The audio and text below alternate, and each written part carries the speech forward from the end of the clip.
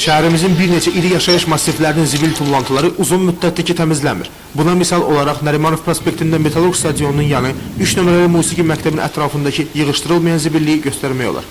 Yeni Gəncə qəsəbəsinin 34, 56 və 46 sayılı binaların qarşısında olan zibilxananın ərazisi isə o qədər böyükdür ki, bir neçə vaxtdan sonra təmizlənməsə avtomobil yolunu tutacaq.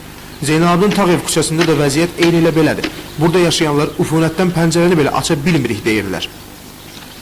Mən dəfələrlə zibil idarəsinə zəng eləmişəm, neçə dəfələrlə zəng eləmişəm, bizim bu zəngimizi yox cavabı ilə cavab veriblər. Alternativ kanalı bura gələndən sonra traktoru göndəriblər ki, buranın zibilini yığışdırmağa.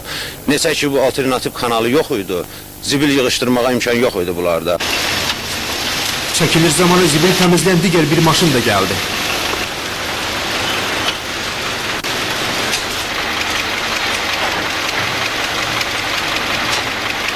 Akşamdan tapşırıq almışıq. Burası texnikalar nasıl olduğuna göre biraz şey geldi.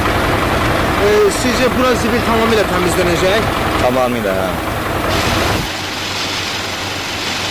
Zeynalabdin Tağıyev küçəsinin sakinləri ümumiyyətlə bu ərazidə zibil qutuların götürülməsini tələb edirlər. Bunun səbəbini isə belə izah edirlər.